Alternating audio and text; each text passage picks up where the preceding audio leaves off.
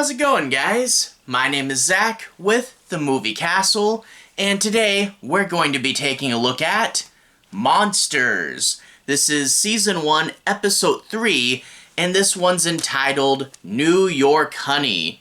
This episode originally came out November 5th, 1988, and was directed by Jerry C. Smith. The episode stars Louis J. Stadlen, MacIntyre Dixion, Andrea Thomas, and Elaine Bromka. Now, this episode, I wasn't a huge fan of. I can see some people liking it. If you like this weird little meanderings horror story with a comedy twist, I can see some people thinking it was fun, but it didn't really hit with me. In my reviews for Tales from the Dark Side, talked about how when the show, wanted to be funny, I didn't really like it. It turned into this weird old-timey humor that doesn't make much sense, at least to me. And you can tell this episode really thought it was funny. You know, the actor constantly mugging and making weird faces at the camera. You can tell they thought it was hilarious, but I wasn't laughing. I never thought it was super funny. It's not as bad as some of the worst Dark Side comedy episodes, like A Case of the Stubborns and Comet Watch are two terrible comedy episodes that come to my mind. It's not as bad as that. It's not painful. I just didn't laugh, you know, and I wish it was funnier. I wish it was better, but whatever. In addition to the humor not really clicking for me, it just had too much going on and just wasn't focused. You know, this is a half-hour time block. You really need to pick your battles and decide what your story is going to be about and just go in that direction. But with this show, it's like you have the comedy element, and then you have the I'm hiding something in my apartment element. That's good. That's classic horror. And then there's this weird subplot where they're trying to run a business, hence the title of the episode, even though this subplot gets used the least.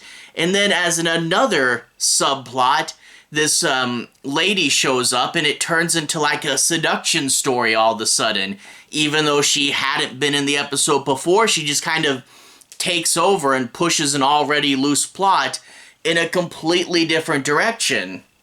And I'm like, keep the I'm doing something secret with bees in my apartment. That's a good strong core. That's classic horror's The Secret, What's My Neighbor Up To. But then pick one of the three. Either do the comedy, do the seduction, or do the let's make money off this. Don't try to do all these plot elements at once, because it just seems unfocused, it seems meandering. And I do like a plot that I don't know where it's going, I do like an unexpected nature, but when you're so weird and all over the place, it's not unexpected, it's just not focused, you know, it's not great.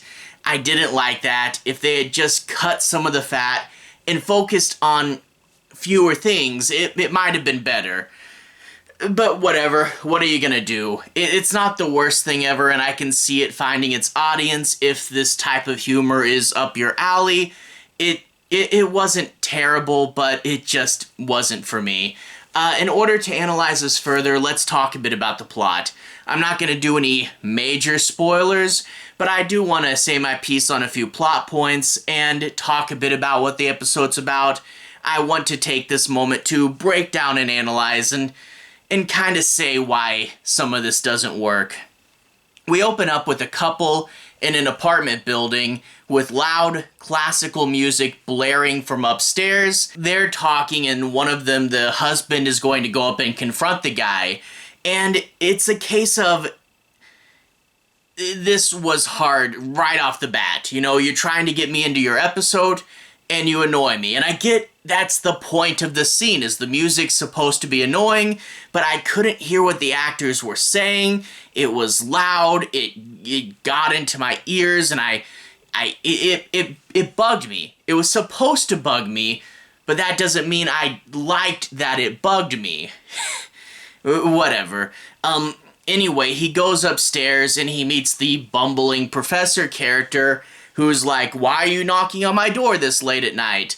As if he didn't understand what blaring music in the morning would do. But whatever. They soon find out that he's playing the music because the bees like it, and that helps them produce honey, which they know he knows he needs.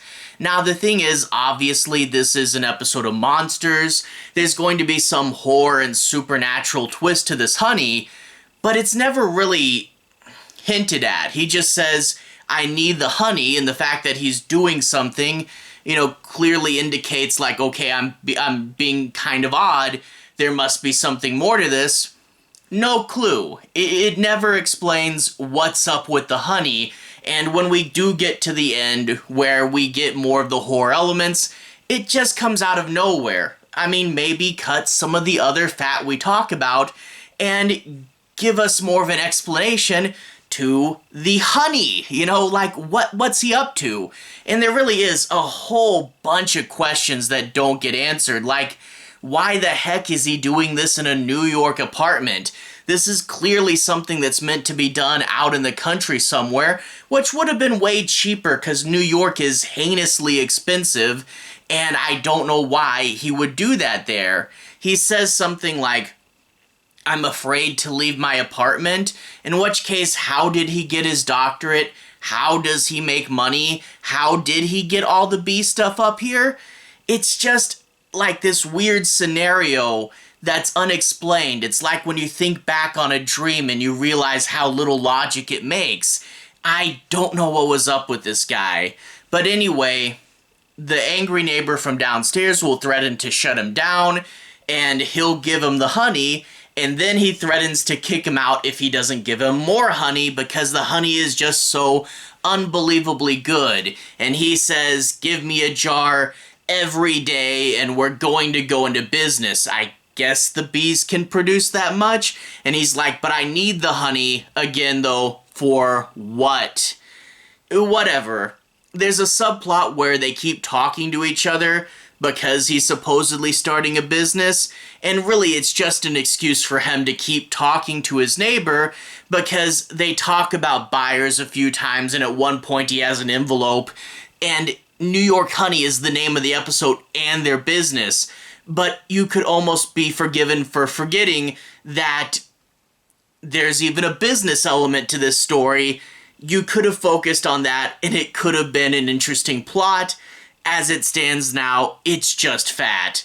Anyway, later on into their partnership, he comes into the room and there's a beautiful woman there who he introduces as his fiancée. Which, why did she not show up in the episode earlier? It would have been an interesting visual to have this, absent-minded professor with a beautiful woman. We didn't need to see him before for the before alone, for the contrast to be striking, and in turn, because she wasn't in the early part of the episode, she comes out of nowhere, and she'll bring a seduction element to the story, which wasn't there before. Again, would have been if she had been in the beginning of the episode. But you get the thing where he doesn't want to give in, but not because of his wife, but because of the business. And yeah, that, I don't know. They did hint at seduction earlier when he gives some honey to his wife and there's this super awkward finger licking scene.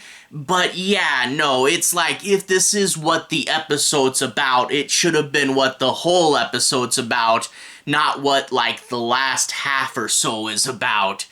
Anyway, a bit of a power struggle, a bit of will he resist for the rest of this, and I don't know. It's just like I said, it's kind of a mess. We never find out what the deal is with the honey, and when it turns out, when this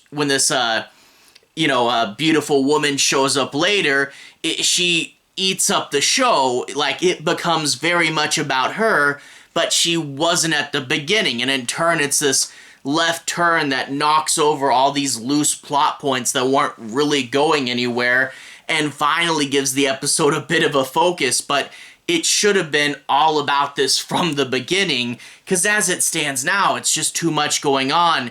It does have a kind of fun visual at the end. It's okay, but like I said, this isn't a great Monsters episode. I wish it was better. Whatever. I know there are some really classic episodes, so I am looking forward to watching the rest. But yeah, not my favorite. Anyway, to everyone who's watched so far, thank you for watching. To everyone who's liked and subscribed, thank you. You really are helping the channel out.